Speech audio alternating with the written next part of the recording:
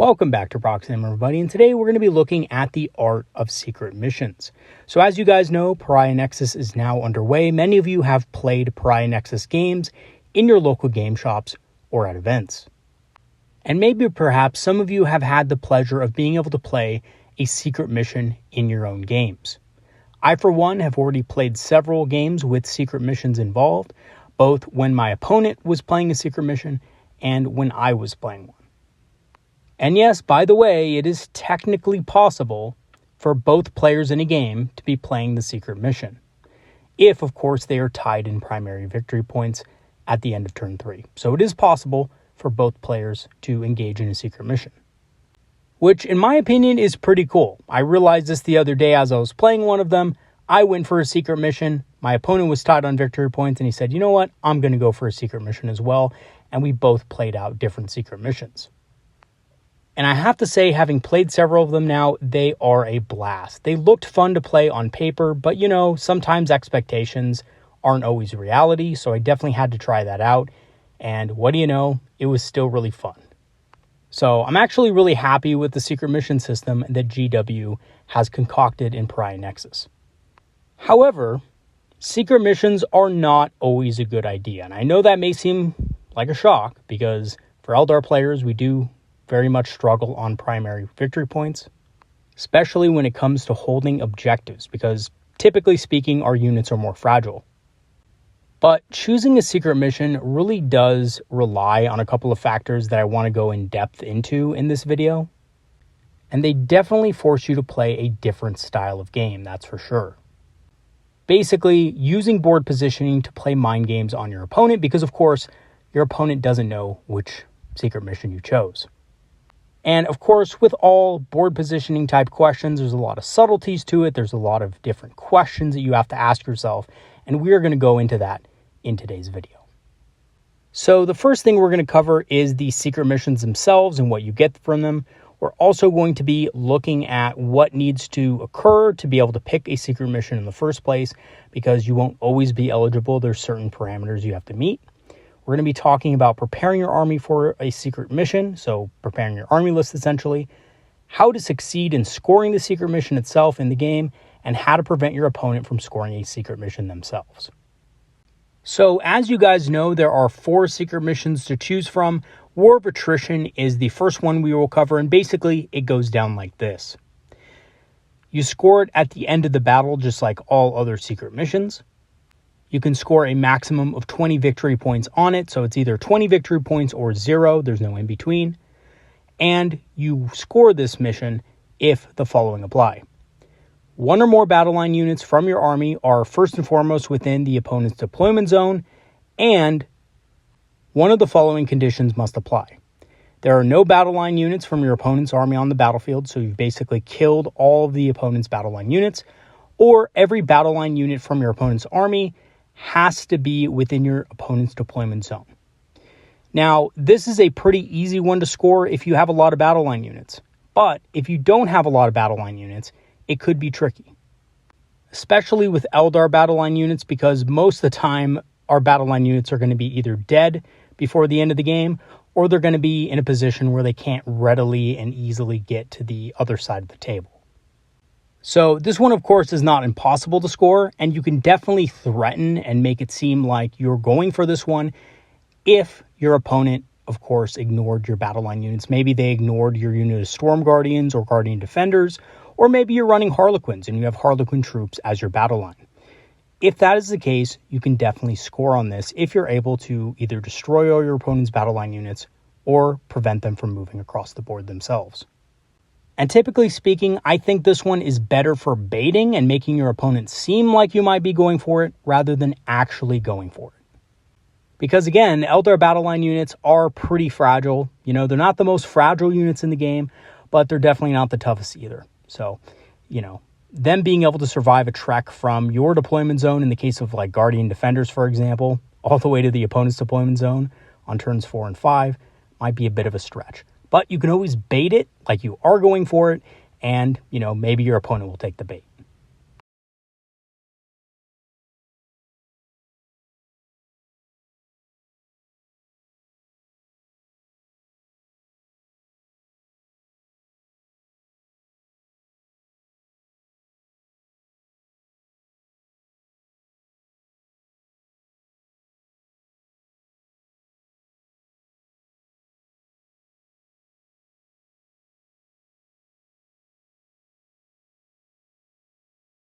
The next secret mission is Command Insertion, and this one was the easy one that everybody was saying would be a slam dunk for us. Basically, at the end of the battle, if your warlord is within range of one or more objective markers in your opponent's deployment zone that you control, remember you do have to control it, then you score 20 VP. And being able to take something like an Autarch Wayleaper, the Avatar of Cain, or maybe even the Yin-Karn, especially if you give a Phoenix Gem to that Autarch Wayleaper for the revive, can make it very easy to score if you go second.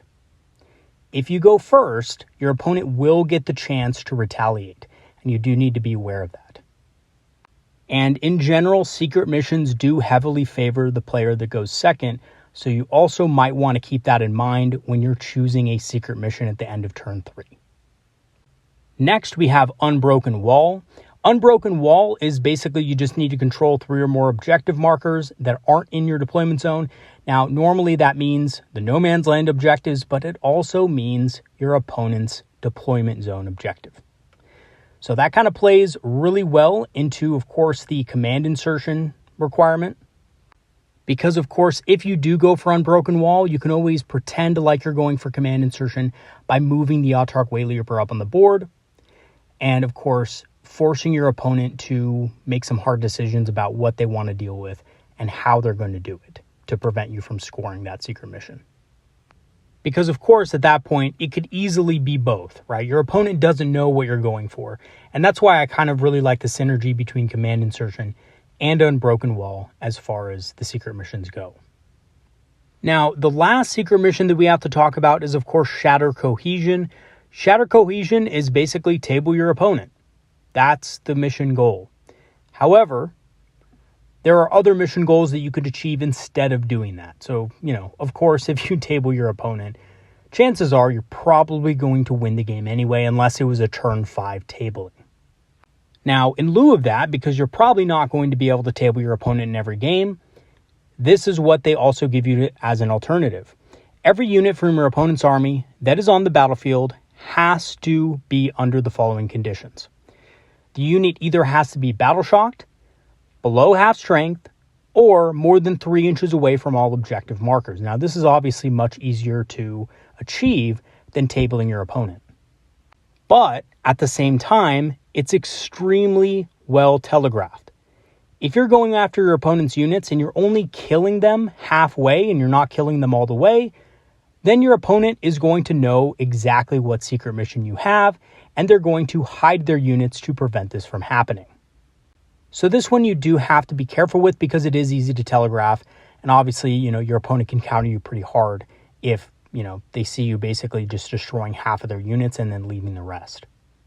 Or, quite frankly, just ignoring the objectives and going straight for kills at all times.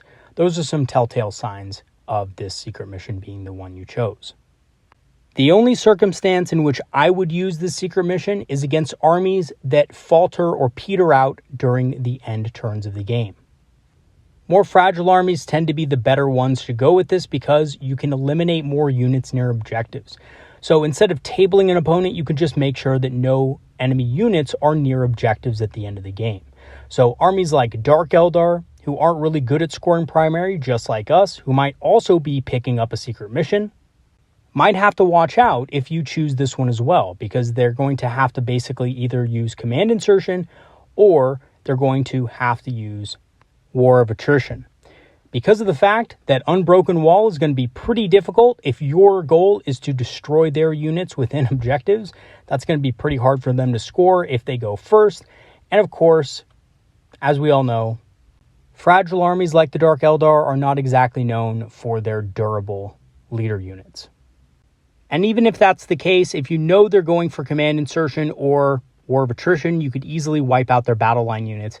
Even if they have 4 or 5 units that are battle line, you can go after those. They're very easy to kill. And by the end of the game, if they don't have any left, they've automatically lost that secret mission.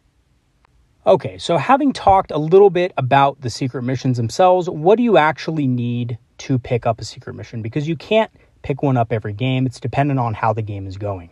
So first, you pick a secret mission out of 4 at the end of turn 3 as long as your primary victory points are less than or equal to your opponent's. So that's key right there. Basically, you have to be losing in the primary victory point game, but you can be winning in the secondary victory point game as long as your primary victory points are equal to or lower. However, if you do pick a secret mission, your primary VP is capped at 40, 20 that you can get through normal means, and 20 for the secret mission itself. So normally they're capped at 50, but the secret mission has a penalty that you can maximum score 40 points on that card. So of course that means that you're going to be scoring out of a maximum of 90 instead of 100. And like I said before, your opponent can pick a secret mission as well if at the end of turn 3 they're tied in VP, or at least primary victory points, with you. So the way you would play this as an Eldar player or somebody who wants a secret mission is you would pick one objective in the middle of the battlefield. You would make sure that you controlled that objective, but basically give the other 2 objectives to your opponent. Essentially, this means that your opponent has a hard decision to make. Either they can't score on any primary victory points during the first couple turns of the game, which could be very detrimental against armies that rely on primary, if they want to prevent you from using a secret mission, or they have to just go for the other 2, in which most cases they just will, because if their army is good at primary victory points, they're going to be, trying to score primary victory points. In the rare cases that you do go up against another army that is picking a secret mission, instead of going for those 2 objectives and trying to win out on primary before turn 3, they're just going to try to tie with you and only score on 1, which means 1 objective will be left out in the open for anybody who wants it, basically. But just keep in mind that grabbing it will lock you out of that secret mission. So it is something to consider. Your opponent is giving you some free victory points, but on the other hand, they could easily just turn around and, outscore you on the secret mission if you're not set up for it. Or I should say, if you're not set up to defend against it. Okay, so what should you do to prepare your army list for a secret mission? So first and foremost, make sure your list can score on at least 3 of the secret missions. I like for the Eldar Command Insertion, Unbroken Wall, and of course Shatter Cohesion. I think those are all good ones for the Eldar because we're very hard hitting, we're extremely fast, and we have durable leaders and lone ops like the Autarch Wayleaper. So packing your list with, again, the Autarch Wayleaper, other lone operatives who could either help you achieve Unbroken Wall very easily at the end of the game and your opponent doesn't have a lot of assets that can kill them. Fast moving but yet hard hitting units like Wind Riders to be able to wipe enemies off of objectives and clear those objectives so you can score on things like Shatter Cohesion can make it very easy, or at least easier, to score on these in the late game. Now keep in mind though that the advantage of the secret mission truly does go to the player who goes second. So if you do end up going first, you're going to have to make sure that your enemy's units can't threaten your chances to score. And how exactly will you succeed in scoring the secret mission? Well, my advice is play conservatively with the units you need to score the mission. So if you need a certain selection of units to be able to make sure that your lone operative Autarch Wayleaper can get onto the objective in the enemy's deployment zone and hold it, then you need to, kind of hold those units back, and you may need to use other tactics in order to kill what you need to kill so that, nothing's in his way, so to speak. Because as you guys know, Lone Operative and a Phoenix Gem will take you very far, but there are certain counters to it, like Overwatch or Heroic Intervening with, Fights First models that can pretty much ruin your day very quickly. So the best thing to do in these cases is put yourself in a position on turns 4 and 5 to score multiple secret missions because your opponent doesn't know which one you picked. So you don't want to make it easy for them to figure it out. And therefore, your opponent might have to spread their resources around in just a certain way in order to, prevent any opportunity or any kind of secret mission scoring from happening. For example, if you set yourself up to either win on Command Insertion, Unbroken Wall, or War of Attrition, your opponent is going to have to potentially kill a lot more units to make sure that that secret mission can't be scored, or else it just is a guessing game. And that, of course, works to your advantage. However, I do also want to show you guys an example of what this setup might look like on the battlefield with what is potentially left from your army at the end of the game on turn 5. So for the setup and deployment, we're going to be using terrain setup number 2, I believe it is. And this is sweeping engagement, but it's basically going to be what everybody likes to call now the checker box deployment. So we're going to be using this because I believe this is one of the cooler new ones, but this is basically going to work the same on any kind of deployment that you guys use. And do keep in mind that a lot of the new terrain setups are very dense. They're much more dense than Leviathan, which is a good thing for secret missions. So in this particular case, we have our objectives set up in purple. We have our Eldar units in dark red. And of course, we have our Space Marine or enemy units in blue. What we have left is a unit of Guardian Defenders in the backfield, securing our home objective. We have a Death Jester on the left-hand objective. In No Man's Land, we have a Solitaire on the top center of the board behind that obscuring terrain, and we have an Autarch Wayleaper, I should say, behind the ruin in the center left of the battlefield. We also have a Falcon in our own deployment zone behind a ruin, and we have 6 Fire Dragons, one of which, of course, is Fuegan, that are disembarking from the Falcon on turn 5, or turn 4, essentially to set up for our last turn. So as you can see, we have successfully been able to set ourselves up for 2 or perhaps even 3 possible secret mission scoring successes.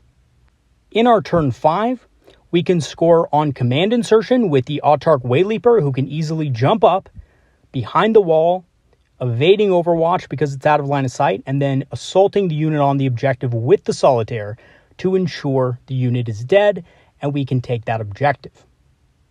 We can, of course, also use the Fire Dragons if we are going for command insertion to wipe out the Dreadnought that's on the other side, so that thing can't kill our Autarch Wayleaper, because it very much will if given the chance.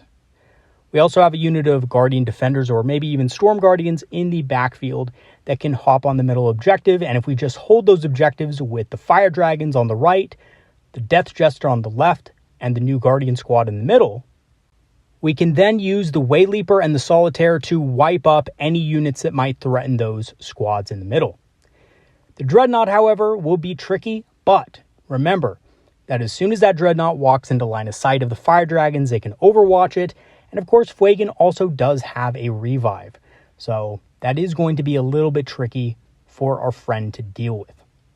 Alternatively, we could also make sure that the Falcon is on the objective as well to make sure you have that extra OC. So as you guys can see, even if our opponent did have 1 or 2 other units on the battlefield, we are set up in a pretty good position to score on multiple fronts, which means your opponent is going to be second guessing which objective you chose, which is exactly where we want him. Now, our opponent could very well get lucky and just guess correctly, which has happened in the past to people. Hasn't happened to me yet, but I'm sure it will going forward. I'm sure one of my opponents is going to say, I think you're going for command insertion. They're going to do their best to kill my Wayleaper. Maybe they have a way to do it, and if they can do it, game over. Which is why, in this example, I actually have my Wayleaper behind a physical wall that, of course, cannot be seen through. So not only is he, a lone operative, can't shoot him within 12, or outside of 12, I should say, but he's also behind a line of sight blocking terrain. So if my opponent wanted to move that infantry squad out, sacrifice his home objective to be able to kill my Wayleaper and prevent that from happening, he would still not be able to do it. In this particular case, he would have to just assault the Wayleaper, and, unless that's a combat-oriented squad back there, chances are they're not going to be able to kill the Wayleaper, especially with a Phoenix Gem. And then because the Wayleaper has fly, next turn, just flies over them, fire and fades on the objective, and wins. However, do keep in mind that Dreadnought is still there and can easily overwatch that Autarch when he moves. So you do have to move him carefully. Make sure that you move before the wall so the Dreadnought can't see him, and then use fire and fade to jump over afterward. So then, of course, as you guys know, you can't overwatch fire and fade because it's out of phase.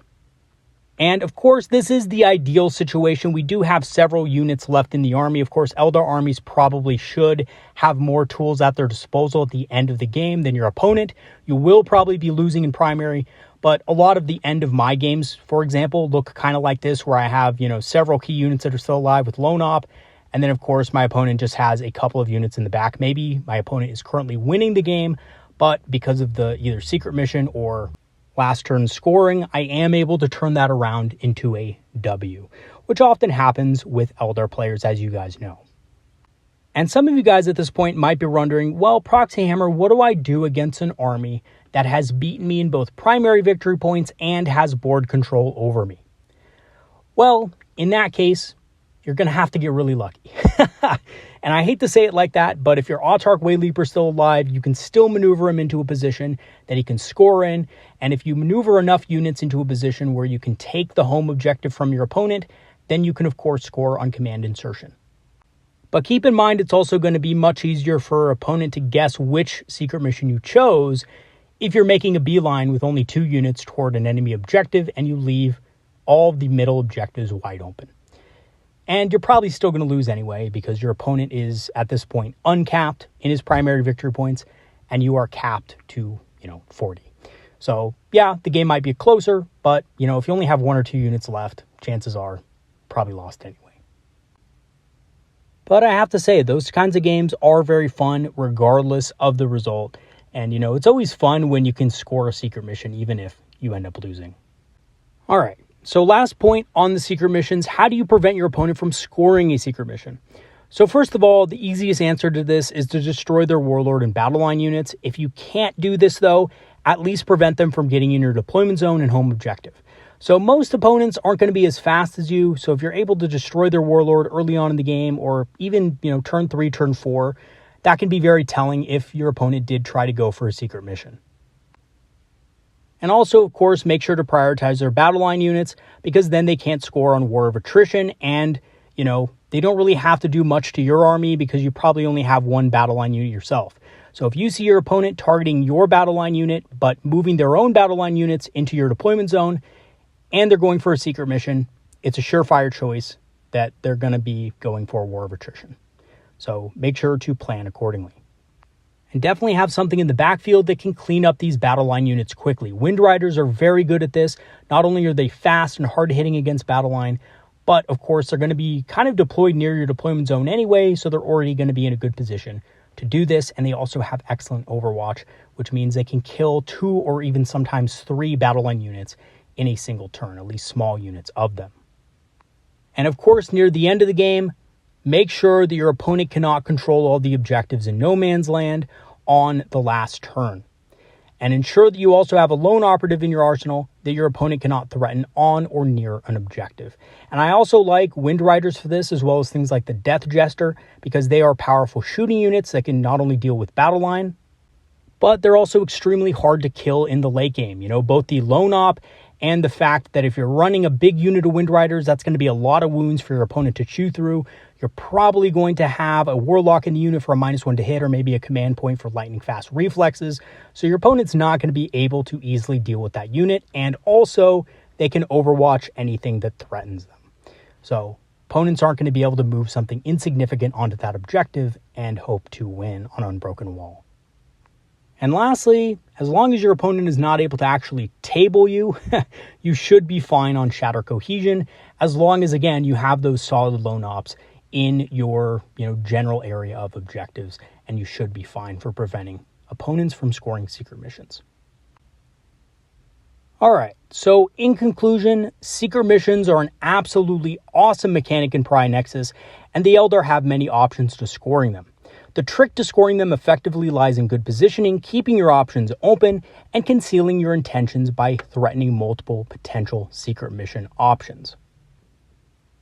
And of course, at least from an Eldar perspective, it does seem very lore friendly. Eldar are a very secretive faction. They're very secretive people with a lot of, kind of runic abilities and, the ability to see the future. A lot of their agendas are hidden from the rest of the galaxy. So secret missions makes perfect sense with them. So lastly, before we end today's video, I do want to mention one possible negative thing that we might face with secret missions, and that is, of course, community backlash. There are players that don't like the secret missions, and maybe the secret missions don't benefit their own armies, so of course, they see them as a big problem for the game and very unbalanced. I personally don't see it like this, because I think there's actually a lot of counterplay to them, And if you're an experienced player, veteran of the game who knows, what the enemy army can do, your own army can do, secret missions are something that you can very much prevent. And you can definitely start preparing for them well ahead of time, even before turn 3. Because, of course, if you notice your opponent is going for a secret mission, it's pretty obvious that they're purposely scoring less primary victory points during the second turn of the battle. Then you can make, plans ahead of time, essentially, one turn earlier. And for those of you out there worried about people looking at the secret mission or cheating somehow on the secret mission, there is a very easy way to deal with this as well. Get an envelope, put the secret mission card in it after your opponent has signed the envelope, put it in front of, obviously do it in front of them so they see you put the card in the envelope, seal the envelope, and then put it in your pocket so that you can't, do anything more to it throughout the game. Then, of course, your opponent can't cheat. And if you want to go to the bathroom or something like that, then, obviously, if you open the envelope and change the card, that's going to be a big issue because your opponent's signature's on it. And, of course, you have just broken the seal, which signifies that you did look at it and therefore cheated. So, pretty surefire system in my, honest opinion. So, if you are worried about that sort of thing, then that is a, kind of countermeasure to that you don't have to worry too much about. That works for competitive play. That works for casual play with people you don't know. And of course, if you're playing with your friends and your friends are cheating you, maybe find new friends. Yeah, well, I'm half joking about that one, but still. All right, everybody, that is going to be it for today's video. Thanks for watching, and thank you so much to all my Patreons and supporters who have supported me over the last year and a half, almost 2 years now. It has been greatly appreciated, and you have helped the channel grow so much. If you do want to become a Patreon member and help support the channel, I have free trials activated. And that will give you permanent access to our Discord community, which is a community of Eldar players and enthusiasts who love talking about strategy, tactics, and of course, hobbying. I will leave the link for that in the description below. I'm also an Amazon affiliate and have a channel store page, so if you want to grab some discounted Eldar miniatures on Amazon, or some Eldar-inspired apparel on the channel store page, I will leave the links in the description for those as well. All right, everybody, that's going to be it for today's video. Peace out, and see you guys next time. Have a good one, everybody. See you later.